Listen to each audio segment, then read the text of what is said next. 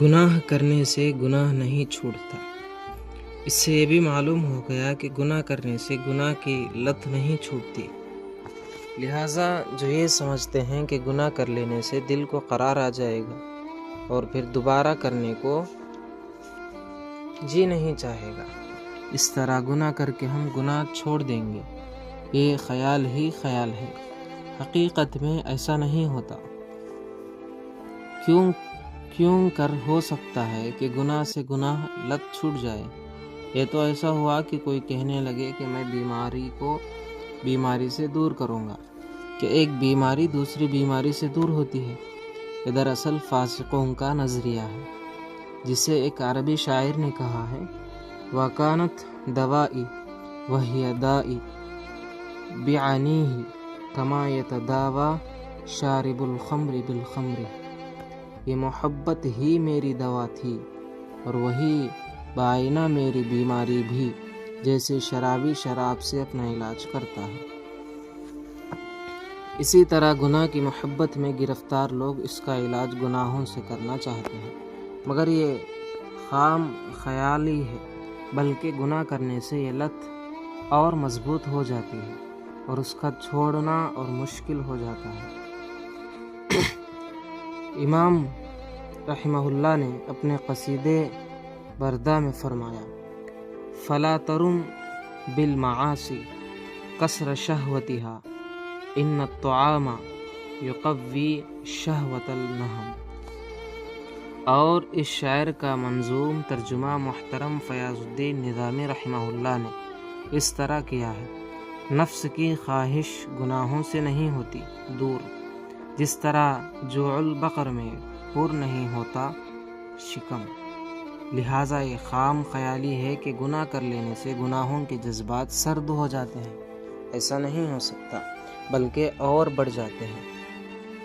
تو اس نے ایک مثال سے بھی واضح کیا ہے وَالنَّفْسُ كَالطَّفْلِ إِن تُمْهِلْهُ الشَّبَّ عَلَيْهِ حُبَّ الرَّضَاعِ وَإِن تَفْتِمْهُ يَنْفَذِمْ۔ قصیدہ بردہ کے منظوم جناب فیاض الدین نظامی رحمہ اللہ نے اس کا ترجمہ اس طرح کیا ہے، نفس کی ہیں عادتیں مانند طفل شیرخوار، دودھ پیتا جائے گا جب تک چھڑائیں گے نہ ہم۔ اس کا حاصل یہ ہے کہ جب تک نفس کو اس کی خواہشات سے نہیں روکیں گے، اس وقت تک وہ معصیت اور گناہ سے اور لذت و خواہشات سے بچ نہیں سکتا۔ جیسے شیرخوار بچے کو دودھ چھڑوانا سکتے ہیں لیکن وہ نہیں چھوڑ سکتا، وہ کبھی اس کو نہیں چھوڑ سکتا، بلکہ ہو سکتا ہے کہ بڑا ہو کر بھی اس سے باز نہ آئے۔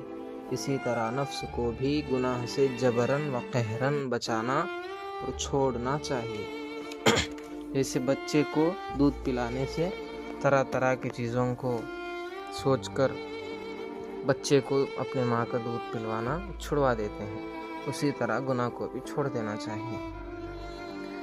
پہلا قدم توبہ نصوح، ترک گناہ کے لیے سب سے پہلا قدم توبہ نصوح۔ لہٰذا اس کے لیے سب سے پہلا کام یہ ہے کہ اللہ کی جانب میں توبہ نصوح یعنی سچی و پکی توبہ کرے اور اللہ تعالیٰ کے سامنے خوب گڑ گڑا کر اپنے تمام گناہوں سے معافی مانگ لے۔ سورۃ التحریم پارہ نمبر 28 میں اللہ تعالیٰ ارشاد فرماتا ہے یا ایھا الذین آمنوا توبوا الی اللہ توبۃ نصوحا۔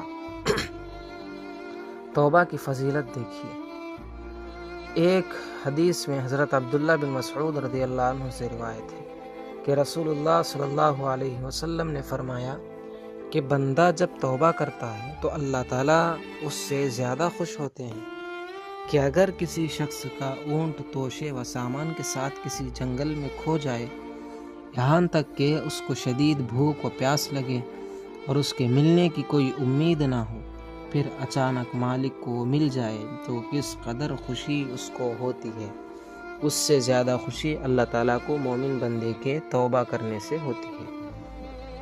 دوسری حدیث حضرت ابو موسیٰ اشعری رضی اللہ عنہ نے رسول اللہ صلی اللہ علیہ وسلم روایت کی ہے، آپ نے فرمایا ان اللہ عز وجل یبسط یدہ باللیل لیتوب مسیء النہار ویبسط یدہ بالنہار لیتوب مسیء اللیل حتی تطلع الشمس من مغربها۔ بے شک اللہ تعالیٰ اپنی رحمت کا ہاتھ رات میں کھول دیتے ہیں تاکہ وہ دن کا گناہ گار توبہ کر لے، اور ان میں اپنا ہاتھ کھول دیتے ہیں تاکہ رات کا گناہ گار توبہ کر لے۔ یہ سلسلہ جاری رہے گا یہاں تک کہ سورج مغرب سے طلوع ہونے تک۔ الغرض اللہ سے توبہ کرنے میں کوئی پہلوت ہی نہ ہونا چاہیے، اور نہ شرم کرے کہ اللہ دربار عالی سے دور رہنا چاہیے، بلکہ حاضر ہو کر اپنے تمام گناہوں کے لیے معافی طلب کر لینا چاہیے۔ اور توبہ کی نماز کا اہتمام بھی بہتر بات ہے۔ حضرت ابو بکر صدیق رضی اللہ عنہ سے حدیث مروی ہے کہ رسول اللہ صلی اللہ علیہ وسلم نے فرمایا: ما من عبد مؤمن یذنب ذنبا فیتوضأ فیحسن الطہور ثم یصلی رکعتین فیستغفر اللہ الا غفر لہ۔ کوئی بھی مومن بندہ گناہ کر بیٹھے، پھر اچھی طرح سے وضو کرے اور 2 رکعتیں پڑھے اور اللہ سے مغفرت چاہے تو اللہ تعالیٰ اس کی مغفرت فرما دیتے ہیں۔